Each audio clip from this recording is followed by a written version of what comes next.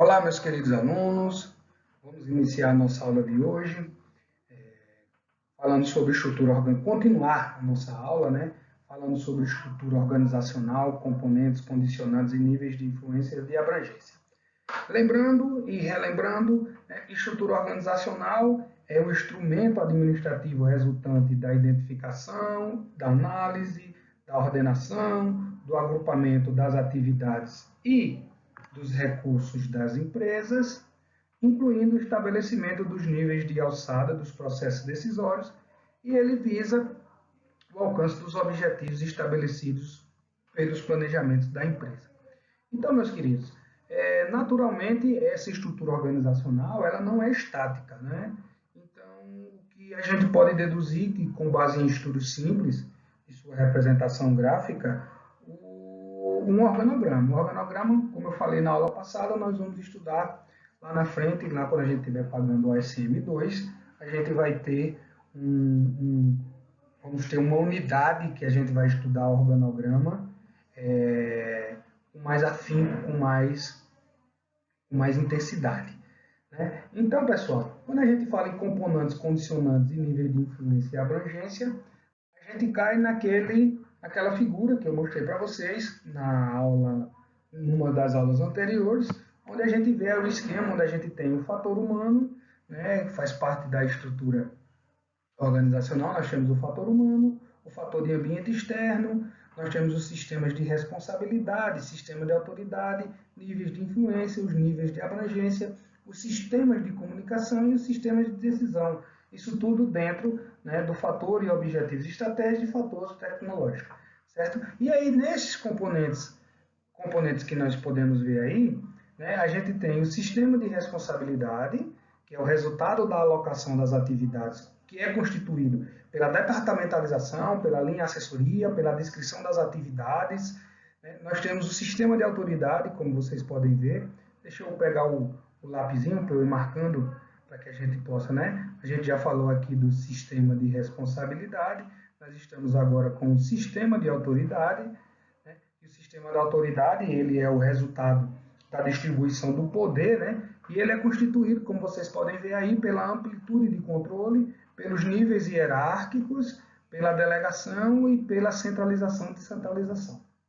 Né? Nós também temos os sistemas de comunicação, né, como vocês podem ver aí na figura, e no sistema de comunicação ele é um resultado, né, da interação entre as unidades organizacionais e ele é formado pelo que comunicar, como comunicar, quando comunicar e de quem para quem.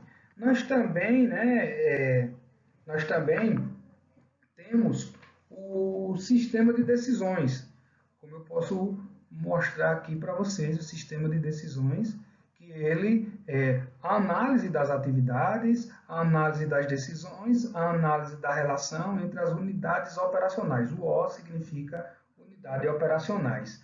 Então, a gente pode até considerar um sistema, componente dessa estrutura organizacional, né, o sistema de decisão. E esse aspecto está relacionado, né, a Peter Drucker, né, que vocês eu já devo ter falado para vocês de Peter Drucker, né, e ele considera três análises, né, que eu já falei aí, que são as análises das atividades, análise das decisões e análise das unidades, né, organizacionais. Eu falei operacional lá atrás, não foi? Falei. Mas não é não, é organizacional. Falha do computador, é o microfone que está ruim. Continuando aí, a gente tem também o que a gente fala de condicionantes da estrutura organizacional, né, que a gente vê que são quatro, né, objetivos, estratégias e políticas estabelecidas pela empresa. Né, nós temos o ambiente da empresa. Aqui eu vou mudar a cor para que vocês possam ver. Né? Primeiro a gente tem o fator, né, objetivos e estratégias e políticas estabelecidas pela empresa. Depois a gente tem o ambiente da empresa, né, que aqui a gente está como fator de ambiente externo, né, onde são os fatores externos ou não controláveis. Né? Nós controlamos o ambiente interno. O ambiente interno, nossas forças, nossas fraquezas, nós controlamos. mas o ambiente externo a gente não controla. O ambiente externo a gente vê como as oportunidades e as ameaças. Então, nós temos também aqui o fator humano, né? O fator humano que, considerando suas habilidades, capacitações, níveis de motivação, comprometimento para com o resultado da empresa. E, por último, a gente tem aqui o fator tecnológico. Tecnológico, né, que é o fator tecnológico no ambiente empresarial e a tecnologia aplicada na empresa, né? Então, todos esses nuances, né, do condicionantes da estrutura organizacional. E aqui depois a gente tem os níveis de influência. Opa, deixa eu mudar a cor. Deixa eu mudar a cor para que a gente possa... Mudei a cor aqui.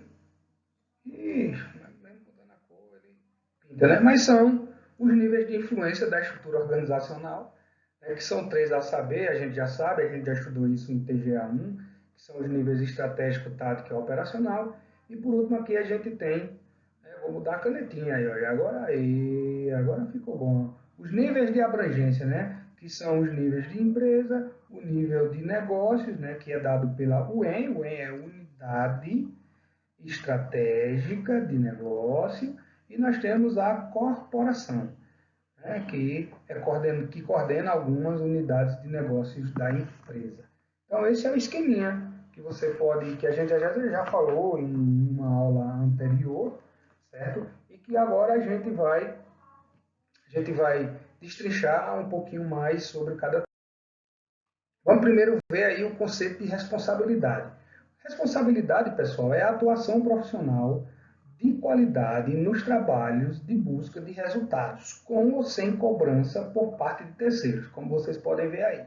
E na estrutura organizacional de uma empresa, pessoal, a gente considera que a responsabilidade ela é correlacionada à situação de um subordinado assumir determinada obrigação.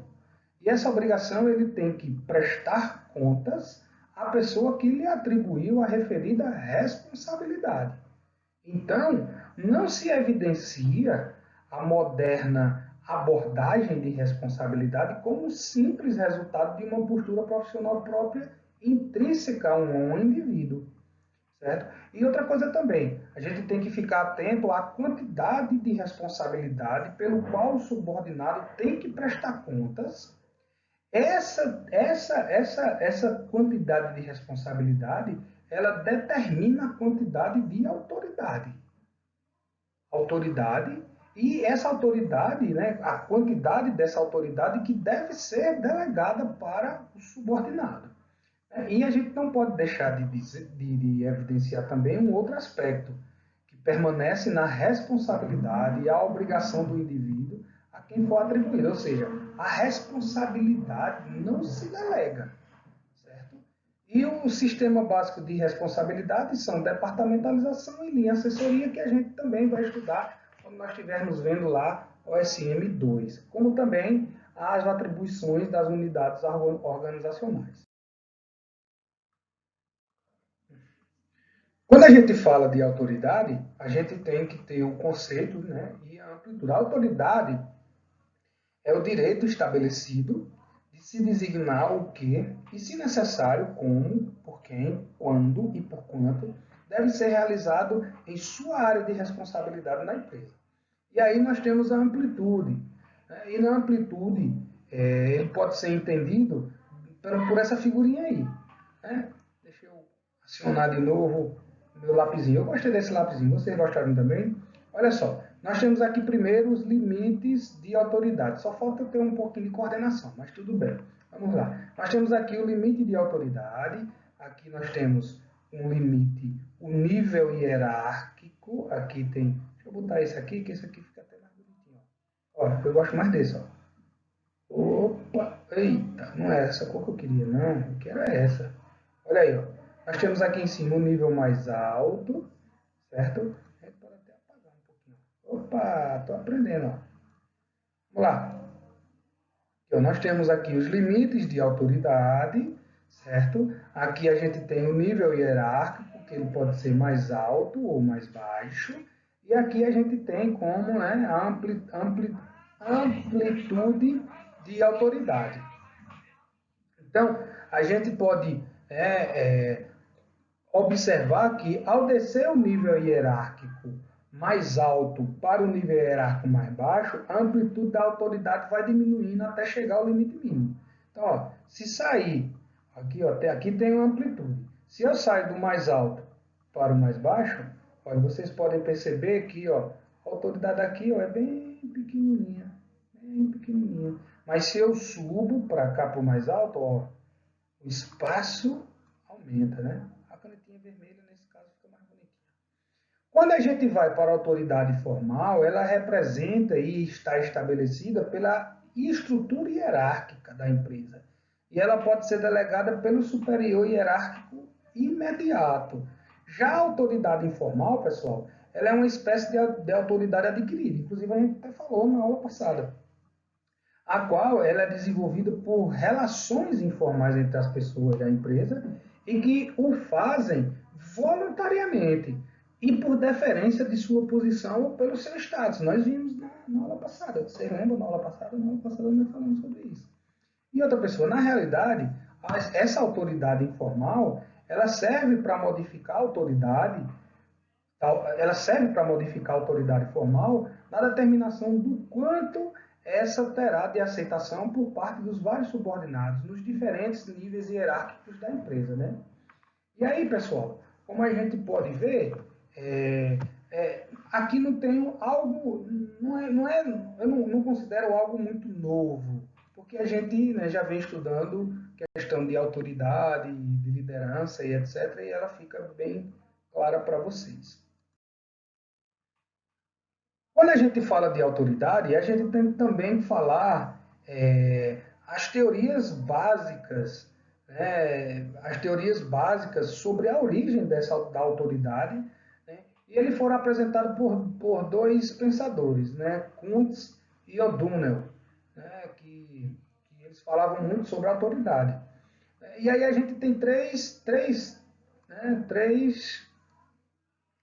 teorias, né? A primeira teoria, que é a teoria formal da autoridade, né, ele diz que a origem da autoridade na empresa deve obedecer a uma hierarquia, assim como a empresa se baseia nas instituições, sejam elas sociais, políticas, econômicas, religiosas, isso tudo, pessoal, para estabelecer suas normas internas. Então, as empresas elas fazem suas normas internas levando em consideração, né, as instituições que fazem parte dela, né? E essas instituições elas são mudadas à medida que os costumes, as tradições, a lei do povo muda. Na medida que vai mudando, essa teoria formal de autoridade aí, ela vai se moldando, vai se adaptando à nova realidade. Nós temos aí também a teoria da aceitação da autoridade, que ela diz o seguinte, que a origem da autoridade é a aceitação das ordens, desde que sejam compreendidas e que elas estejam dentro das funções do subordinado. Não adianta você passar algo que o subordinado não esteja dentro do que ele realmente realiza dentro da empresa. E ela é uma teoria, pessoal, bastante discutível, porque na prática o subordinado ele é pressionado pelo grupo, né, e acaba obedecendo a ordem, mesmo que ele não concorde, mesmo que ele, né, a maioria das vezes ele obedece. Quando ele não obedece, ele é tido como um insubordinado. E aí o bicho pega para ele, né? E nós temos também a teoria, né, a teoria da competência, que a teoria da competência, né, diz que a autoridade ela pode provir, né, de qualidades pessoais e de competências técnicas. E dentro desse grupo dos subordinados pode existir uma pessoa que se sobressaia e acaba transformando os outros em subordinados, apesar de não possuir a autoridade de vida. E aí é o que a gente fala de, né, liderança. Né, liderança informal. Eu não sei escrever com isso aqui, não. Mas, tudo bem. Então, vamos lá. Então, esses são os três tipos de autoridade. Quando a gente vai para a autoridade hierárquica, a autoridade ela tem dois tipos, né? Ela tem a hierárquica e tem a funcional. Quando a gente fala da funcional, né, que é essa daqui do lado, ela corresponde a uma autoridade estabelecida pelas funções básicas que são exercidas pelas unidades organizacionais. Aqui na figura, né, a gente pode ver aqui que na função marketing, olha aqui, ó, essa função aqui, que é a função marketing, e o setor de vendas da regional, aqui, ó, regional norte, certo? Elas são subordinadas, né? Elas são subordinadas, né, aliás, elas têm o diretor de marketing e a regional norte, elas têm uma certa influência no setor de vendas, né? De setor de venda, é uma autoridade funcional, né? Então, da mesma forma que aqui, ó, o setor de caixa, ela tem, né, uma ligação com a diretoria financeira. Então, isso é funcional. Por que é funcional? Porque ela é estabelecida por funções básicas exercidas. Ora, o setor de vendas precisa da atuação da diretoria de marketing, porque a diretoria de marketing é quem faz a promoção do nosso produto. Bem como o setor de caixa, que é o setor de recebimentos, ele tem diretamente a ver com a diretoria financeira, porque a diretoria financeira, logicamente, é quem controla todo o caixa que entra e que sai de dentro da empresa. Quando a gente fala, né, de autoridade funcional, pessoal, a gente tem que prestar atenção porque ela deve ser muito bem estabelecida para a empresa, para que a gente possa evitar problemas de duplicidade de comando. Né? Duplicidade de comando. Olha, a gente vê aqui que a Regional Norte, ela é quem tem, né, o comando do setor de vendas e o setor de caixa, mas elas recebem as influências da diretoria financeira e da diretoria de marketing. O ideal nas empresas, pessoal, é que essa autoridade funcional esteja correlacionada apenas ao estabelecimento de políticas administrativas, porque essas políticas, né, ela tem a função básica de estabelecer as premissas e orientações principais que devem ser respeitadas pelas unidades organizacionais envolvidas e até mesmo com toda a empresa. Então, pessoal, já a autoridade hierárquica, né, a autoridade hierárquica, ela segue as linhas de comando estabelecidas pela estrutura organizacional da empresa. E a autoridade funcional, ela corresponde à autoridade estabelecida pelas funções, né?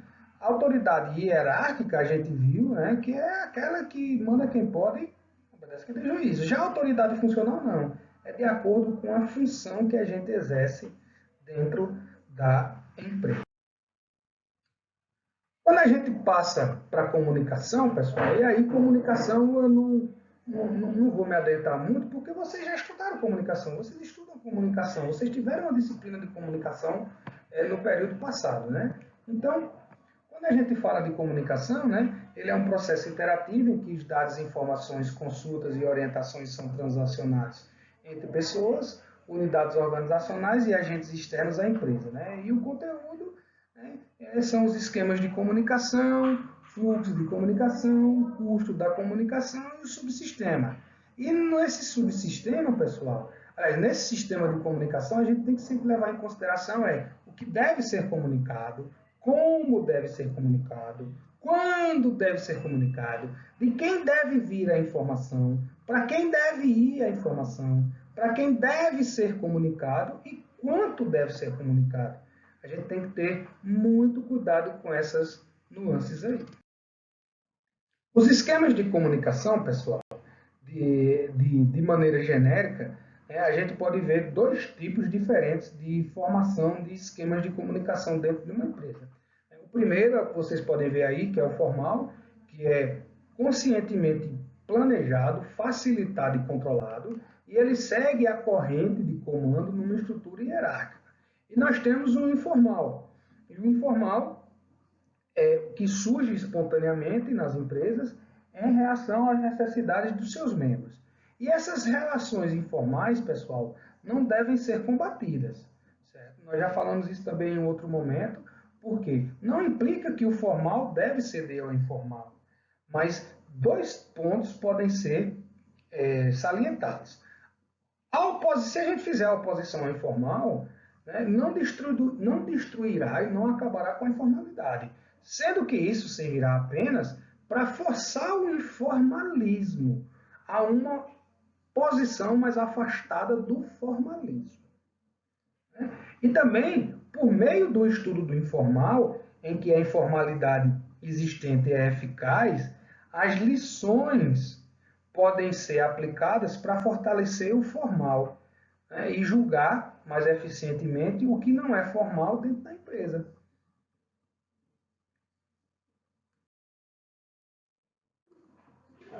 O fluxo da informação, pessoal, ela pode ser horizontal, diagonal ou vertical. Horizontal, realizado entre as unidades organizacionais diferentes, mas do mesmo nível hierárquico. Diagonal ou transversal, realizado entre as unidades organizacionais de nível diferente. E a vertical, realizada entre níveis hierárquicos diferentes, mas na mesma área de atuação. As principais, pessoal, vantagens da comunicação horizontal é que ela propicia maior rapidez no processo de comunicação, ela apresenta menor distorção no processo de comunicação entre as pessoas, ela aproxima as pessoas por meio da comunicação direta e ela proporciona, né, uma visão mais integrada da empresa, como também evita sobrecarga nas chefias, certo? E as principais desvantagens da horizontal é que ela apresenta informações menos confiáveis, reduz a autoridade da chefia, prejudica o planejamento, a coordenação e o controle e pode provocar conflitos. Né? Mas aí, pessoal, em muitas empresas, a comunicação horizontal e a diagonal são uma necessidade e não devem ser eliminadas. Também não devem ser estimuladas, mas o importante é que sejam administradas. Né? E outro aspecto interessante é vocês identificarem as vantagens e desvantagens da comunicação vertical, né? A qual, em várias questões, né, ela apresenta-se como o inverso das realidades da comunicação horizontal e diagonal.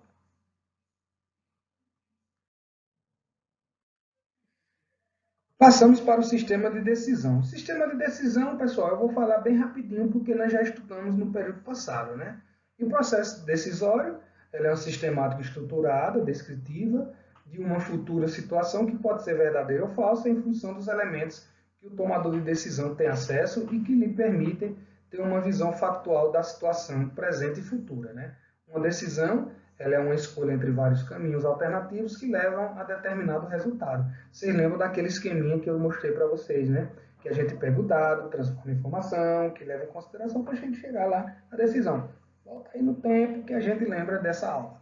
E aí o conteúdo, né, são decisões necessárias para os resultados esperados, porque ele consolida o desempenho da instituição, em que nível da empresa deve estar mais próximo possível da ação correspondente, quais atividades afetam e quais executivos devem ser envolvidos nesse processo de decisão. Então não tem muito segredo, a gente está meio que fazendo uma revisão do que a gente estudou no período passado.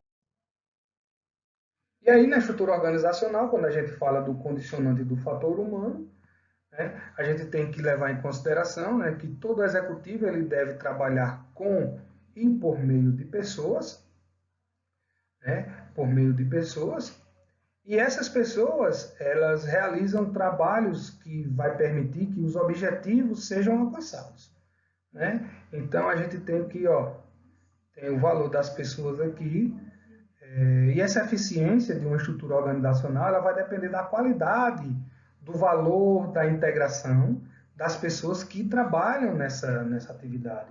Então, pessoal, o desenvolvimento de uma estrutura organizacional, quando é eficiente, ela deve levar em consideração o comportamento das pessoas, o conhecimento das pessoas, o conhecimento deles para que a gente possa desempenhar aí as funções que lhes são atribuídas.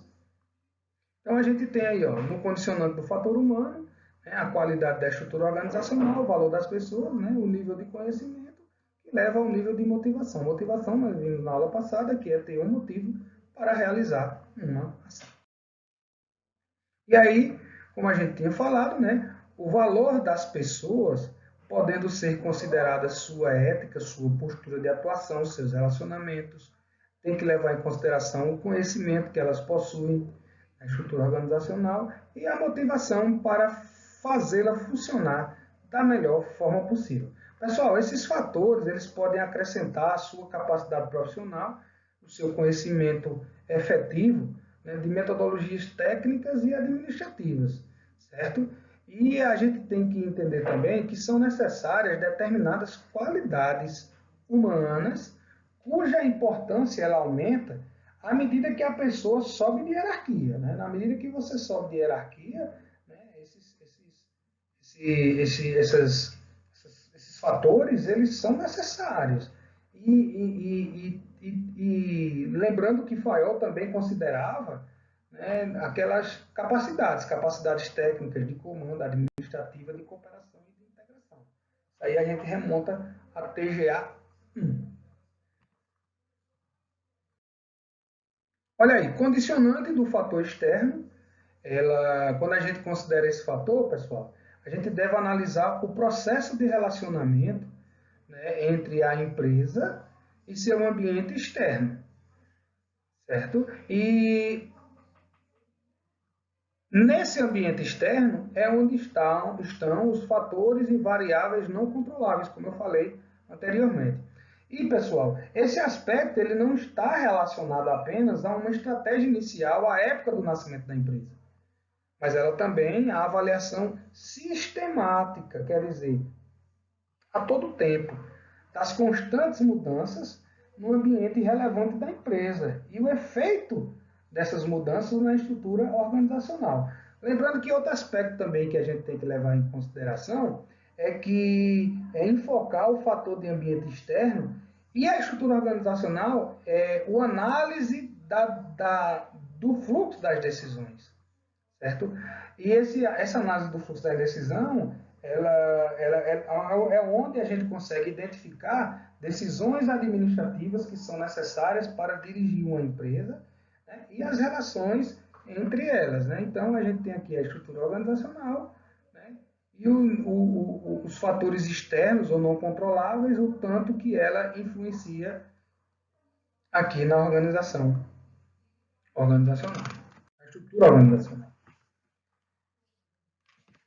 E aí tem a questão do fator de ambiente externo, né, que ele é interessante e ele serve para que a gente possa determinar quais pessoas fora da empresa são as necessidades e as expectativas que a empresa tenta atender, como também determinar como essas necessidades ou expectativas são comunicadas à empresa e determinar como a informação necessária ela é registrada e transmitida a outras pessoas na empresa. Passando agora para o condicionante do fator sistema de objetivos, estratégia e política, a gente tem aí um pequeno conceitozinho de objetivo, que é alvo ou situação que se pretende alcançar. Nós temos o conceito aí de estratégia, que é a definição do caminho mais adequado para alcançar o objetivo. E nós temos aí o conceito de política, que é parâmetro ou orientação para a tomada de decisão. Então, esses três condicionantes, né, do fator sistema, para que a gente possa, né, usá-la na estrutura organizacional. Quando a gente vai para o fator tecnologia, a gente percebe aí que é necessário a gente analisar dois aspectos. Né? Primeiro é a evolução tecnológica, né, que é o processo gradativo e acumulativo dos conhecimentos, que tem influência direta ou indireta sobre os negócios, produtos, serviços de um conjunto de empresas. E o outro fator que a gente tem que levar em consideração é a tecnologia, que é o conjunto de conhecimentos que são utilizados para operacionalizar de forma otimizada as diversas atividades da empresa. Quando nós vamos para a estrutura organizacional, os níveis de influência, né, o nível de influência da estrutura organizacional, aí a gente tem o que não é novidade para vocês, né? Primeiramente, a gente ainda tem no desenvolvimento dessa estrutura organizacional os 3 níveis, né, que é o nível estratégico, o nível tático e o nível operacional.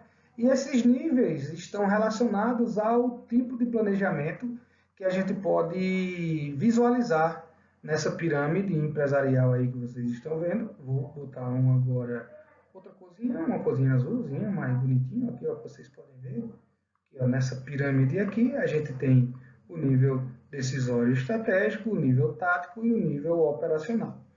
E aí, ao lado, a gente sabe que o nível estratégico é quem realiza o planejamento estratégico, o nível tático é quem faz o planejamento tático e o nível decisório é o planejamento operacional. E aí, pessoal, o seguinte, o planejamento estratégico ele pode ser conceituado, né, como um processo administrativo que possibilita o executivo estabelecer o rumo a ser seguido da empresa, que nós vamos estudar bastante, né, planejamento estratégico em algumas outras disciplinas que nós vamos estudar aqui. E todo esse material aí não vai ser novidade. Já não é novidade para a gente, mas a gente lá na frente a gente aprofunda esse estudo. Quando a gente fala de implementação da estrutura organizacional, pessoal, a gente pode se afirmar que um problema de estrutura organizacional, ela sempre acarreta em um problema humano, né, que é o preenchimento dos cargos, o qual deve ser resolvido primeiramente sobre o aspecto teórico, depois abstraindo as características pessoais. A gente sempre procura enquadrar as qualidades e aptidões das pessoas, as responsabilidades e a autoridade de cada cargo. E a gente tem que levar em consideração que cada profissional ele tem uma responsabilidade a zelar, né, pela sua unidade organizacional. Né? E ele sempre tem que procurar utilizar essa responsabilidade para que, no final, ele corresponda, em qualquer ocasião, com os objetivos fixados pela empresa. Né? E a empresa ela pode auxiliar nesse processo, né, como adequando o manual de organização, que a gente vai aprender a fazer um manual de organização quando a gente estiver estudando TGA ou TGA, o SM2. E aí, pessoal, vocês podem ver que a implementação, né, a gente tem três aspectos aí que a gente pode ver. O primeiro é a mudança, né, que é a mudança, né, é certeza da necessidade, é a força restritiva e propulsora da influência, e certeza que é a melhor alternativa estrutural. Né? Então, primeiramente é querer mudar. Depois a gente tem um processo de implementação, que aí a gente vai ter que aprovar pela diretoria, ter que aprovar pelas unidades organizacionais, implementar com treinamento, a gente tem que treinar toda a equipe e fazer um acompanhamento e avaliação. Existem as resistências. O homem é resistente à mudança, mas aí a gente tem que usar a cooperação e a aprovação dos responsáveis, estrutura organizacional adequada, qualidade intrínseca da estrutura, nível de conhecimento dos envolvidos, capacitação profissional e a motivação. Quando falamos, após a implementação, a gente tem que fazer a avaliação. Né? E essa avaliação é um processo que verifica o que a estrutura organizacional tem de bom e tem de ruim. Para que a gente possa fazer essa análise, a gente primeiro faz o levantamento da análise da estrutura atual, né, que aí é a situação da estrutura atual. Depois, a gente faz o estabelecimento de alternativas da estrutura organizacional para a empresa e o delineamento, né, dessa estrutura ideal. Os analistas de sistemas, né, organização e métodos, né, os analistas de sistema, organização e métodos, eles devem comparar esses dois momentos, o atual e o futuro, sempre para que a gente possa obter uma avaliação da estrutura organizacional. E aí a gente sempre pede um foco na análise, que é os resultados apresentados, problemas evidenciados e o nível de satisfação propiciado. E como resultado dessa avaliação, a empresa pode estar bem devido a problemas de estrutura e outros aspectos, e ela também pode estar ruim por conta de problemas de estrutura organizacional ou por outros aspectos. Né? Então, a gente tem que fazer vamos dizer assim, essa análise. E aí, pessoal, isso é feito em três etapas. Né? Primeiro tem a questão do levantamento, onde a gente identifica problemas evidenciados pelos usuários. Nós temos a parte da análise, que a gente faz análise de dados, interligação dos dados levantados, né? Estabelece os padrões e critérios de avaliação, como também eu identifico o efeito de cada um dos dados quando levantados na situação atual da estrutura organizacional da empresa. Nós temos também, por último, aí a questão da avaliação. E essa avaliação, nessa etapa aí, pessoal, os aspectos básicos primeiro, estabelecer a situação dos componentes da estrutura. Depois a gente tem que verificar o envolvimento de cada um. Depois nós temos que verificar a influência de cada nível da empresa. E, por último, verificar o nível de abrangência da abordagem da estrutura organizacional, quer em nível da empresa, quer em nível estratégico da corporação. Né? E aí a gente vai estudar mais. Então, pessoal, com essa aula de hoje, né, a gente pode perceber, né, juntando a aula 1 e a aula 2 que acabamos de mostrar, a gente percebe que a gente conseguiu apresentar para vocês os aspectos básicos do delineamento, da implementação e a avaliação dessa estrutura organizacional nas empresas, né, considerando os componentes, seus condicionantes, o nível de influência, o nível de abrangência. Né? O analista de OSM ele tem que ter consciência de que a estrutura organizacional é básica para o desenvolvimento de todos os seus trabalhos. Né? E os aspectos básicos da estrutura organizacional, eles foram apresentados, né? E logicamente a gente vai detalhar mais pela frente, lá pela frente, e a gente vai esperar mais um pouquinho. Então, pessoal, para terminar a aula de hoje, né, eu vou, além de anexar essa aula, eu também vou anexar uma atividade para que vocês possam responder e brincar, né, no final de semana, né, antes de assistir às lives ou então depois da ressaca das lives. Ok, pessoal? Alguma dúvida é só perguntar lá pelo zap ou pelo e-mail ou sei lá, vocês veem qual é o melhor canal. Lembrando sempre, álcool em gel, máscara, isolamento social para que a gente possa, o mais rápido possível, estar juntos presencialmente novamente. Ok, pessoal? Grande abraço para vocês e até a próxima aula.